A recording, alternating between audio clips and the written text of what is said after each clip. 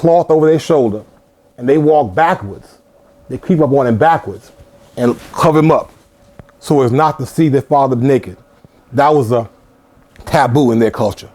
Okay. And Noah woke from his wine and knew what his younger son had done unto him. That part's not necessarily logical. Because when you wake up with a bad head, you don't know who did what to you. And he said, cursed be Canaan, a servant of servants shall he be unto his brethren. Now, that's the story. Sir. Oh, I was going to say another, I know they put it in another way, in other words. I don't know, the writers to me, in other words, saying that they raped him. His father, in other words. That's why he was cursed. Sodomy on him, really. Well, I don't necessarily see sodomy in the story. Mm-hmm, but something that I have. I don't know if I'll be able to find it, not but I have read that. Yeah. The simple point I'm trying to make here is that when you read the story, it wasn't Canaan who was involved in the first place. It was his daddy, Ham. Now, what some of the historians say is that this was nothing but a thinly veiled reason to support why the Hebrews felt they had a right to take over the land of Canaan. They had to say something was wrong with the people who were in Canaan to give them possession of it. So they go back and find this story about Canaan's daddy, Ham, having seen his father, Noah, naked. Now, if I were to find any blame in this story, I wouldn't blame Ham or Canaan. Only person I could blame in the story is Noah. He's the one who was drunk. You know. Then Benjamin ben Yonah came along later on. He was a 12th century Hebrew merchant. And he wrote, there's a people who, like animals, eat of the herbs that grow on the banks of the Nile and in the fields. They go about naked. They have not the intelligence of ordinary men. They cohabit with their sisters and anyone they find. These sons of Ham are black slaves. So again, he's somebody making a comment on black people who didn't know anything about black people. Now, it very well may be, and this I can't authenticate this yet, we already know that those persons who become modern Jews convert to Judaism. So it may be that part of what is done here is you have Europeans now casting aspersions on black people whose identity they've already assumed. This happens very often in history. The Hebrews get their entire religion from Egypt. They then, of course, have to denigrate Egypt in their text, the Bible, to make Egypt look like the bad people. The European Christians get their whole religion from the Hebrews. They then denigrate the Hebrews. You see? So that this happens very often. People, when they come and do bad stuff to you, very often have to make up a reason why either you didn't have nothing they could steal in the first place, or why they had a right to take it from you because you wasn't doing nothing with it. Yes, sir. Is this BC, AD, or what? This is AD. This is AD. Sir. I was still confused. So what were Africans, the religion they were practicing, or what were they, Hebrews, or? Hebrew. The word Hebrew literally comes from the word haribu, it means wanderer. Originally, the Hebrews ethnically are African people. Okay.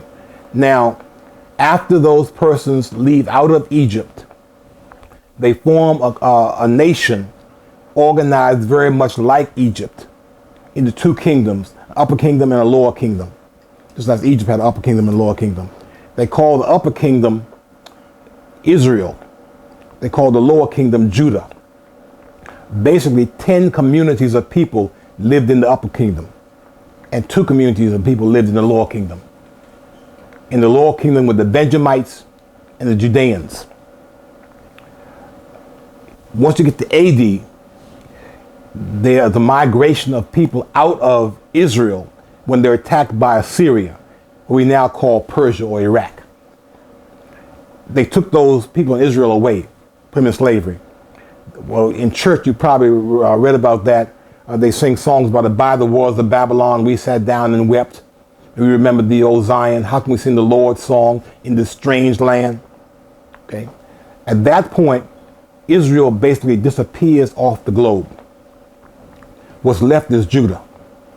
In Judah, the people who were the Judeans outnumbered the Benjamites 10-1. That's why the country had their name. Much later, around 700 AD, these Judeans are in trade with people in Central Europe. Christianity has started in 325 AD. Islam starts 623 AD. These folks find themselves between these two competing religions. It's the year 700. They don't want to be subsumed into either one of the religions. And so they adopt the religion of the people, the merchants they've been trading with, the Judeans. They adopt Judaism, what we now call Judaism. They convert to that religion. So the religion goes from having black people originally to now having white people. If you trace any of the white Jews back, their people go back to Germany and Poland and Russia, and that's where they end up. Yes, sir. Where geographically, when you say Israel, where geographically in this period of time are you referring to? It was basically where it is now. Oh, really? Yeah, that was part of the rationale for putting it back there. The only problem was that the folks who went back and claimed the land were not ethnically connected to the people who'd been there originally. It'd be like us adopting the Tyree Mohawks. And now we want to go back and take whatever land the Mohawks had 100 years ago. Well, that could be done if we had the power to do it. But somebody sat down and said, now how you could be a Mohawk? Finally, it had to come out, it was by conversion. It's not by blood.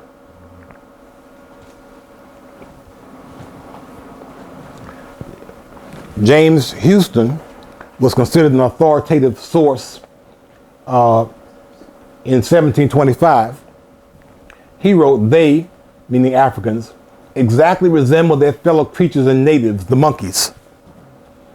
He wrote a book called Some New and Accurate Observations of the Coast of Guinea. That's what he said about us. David Hume was an influential Scots philosopher. He said, I am apt to suspect the Negroes to be naturally inferior to the white.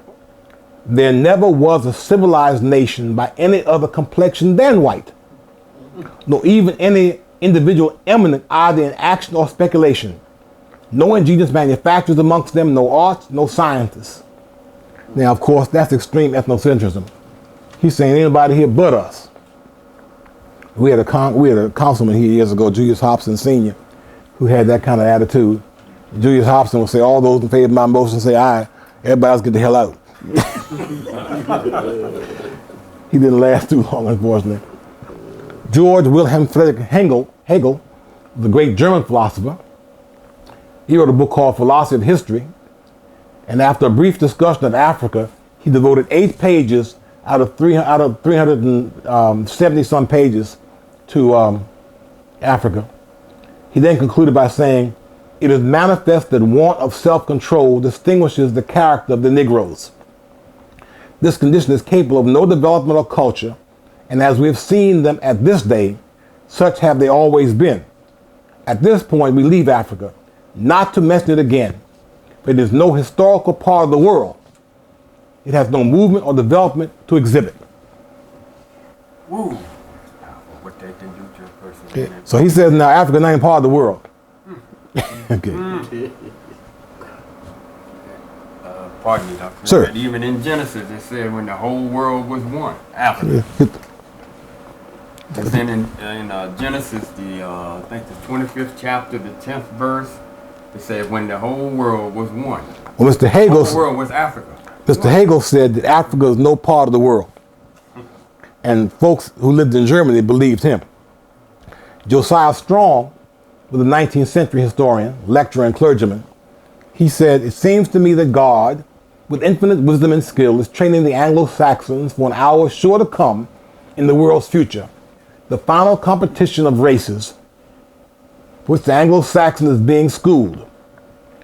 Whether the extinction of inferior races seems to the reader sad or otherwise, it certainly appears probable. So he figured out, as far as he's concerned, Everybody's going extinct. When you end up talking to yourself, that's the kind of thing you can make up. Will Smith went to Africa the first time when he went to Mozambique to film the movie Ali. And he said, everything I knew about Africa was solid 80% false.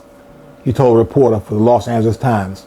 I was embarrassed when I realized there were tall buildings and Mercedes and big cities and fine women. I was so miseducated, Smith said. It, meaning Africa, has the best and worst of everything. It's like God visits everywhere else, but he lives in Africa. All right. Now, at this point, I'm going to switch to another presentation to show you some other stuff here.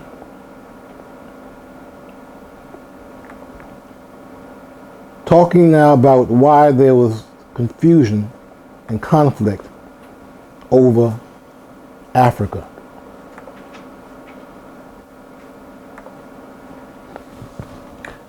Now, these are not too very clear. Let's see if I can make them bigger.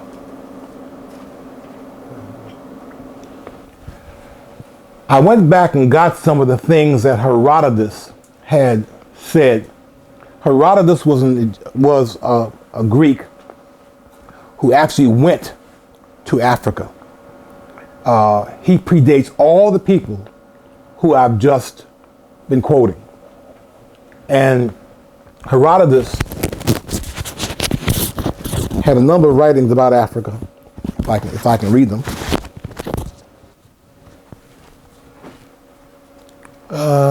I'm going to make that clearer.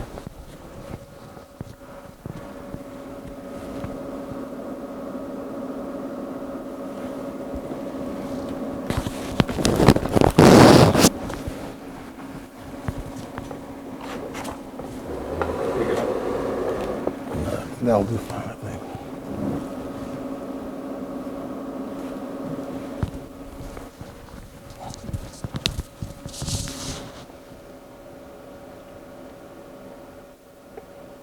I'm not able to see that as well as I thought I could. Read off the screen. He says the names of nearly all the gods came from Egypt to Greece. That these gods come from barbarians. Now, Greeks called everybody other than Greeks barbarians. Remember I talked about ethnocentrism? That was the term they used for everybody who's non-Greek was barbarian. Okay? That these gods came from the barbarians.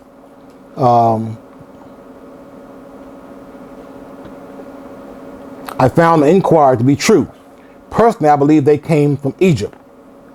For except for Poseidon and Discord, as I mentioned before, and also Heria, and he named some others, all the rest of them have always existed in Egypt. So Herodotus says the gods come from Egypt. One of the people I quoted a little while ago said there were no gods in Egypt. So they had no custom of God. Herodotus says there was another custom which the Egyptians have in common with the Lacedaemonians, alone among the Greeks. Young men, when they encounter the elders, yield the road to them and step out of the way. Also, when old men approach, the young men stand up from their seats. But in this, they are like none of the Greeks. Instead of speaking or greeting to one another in the streets, they do obeisance, dropping the hand to the knee. So Herodotus was saying that what he observed in Egypt was very much different than what he observed in Greece. He said that the young people in Egypt had respect for the elders, which by inference, of course, lets you know the young people in Greece had none. He says that they step out of the way when the elders come past them. That we in Greece, we greet each other, but he says that they do opposite. Yes, they bow, placing their hands on their knees. So that's culture, that's civilization, that's custom, that's all the things that the previous writers say didn't exist. Now, of course, You say, well, he's talking about Egypt. Egypt is typical of Africa. But now you can begin to see why it became necessary that Egypt had to be made a place totally separate from Africa, the continent to which it's connected.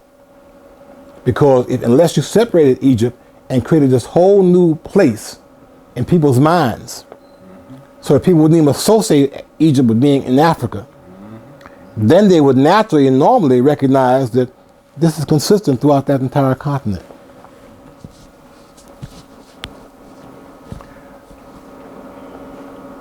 Dr. Smith, Yes. I'd like to make one comment.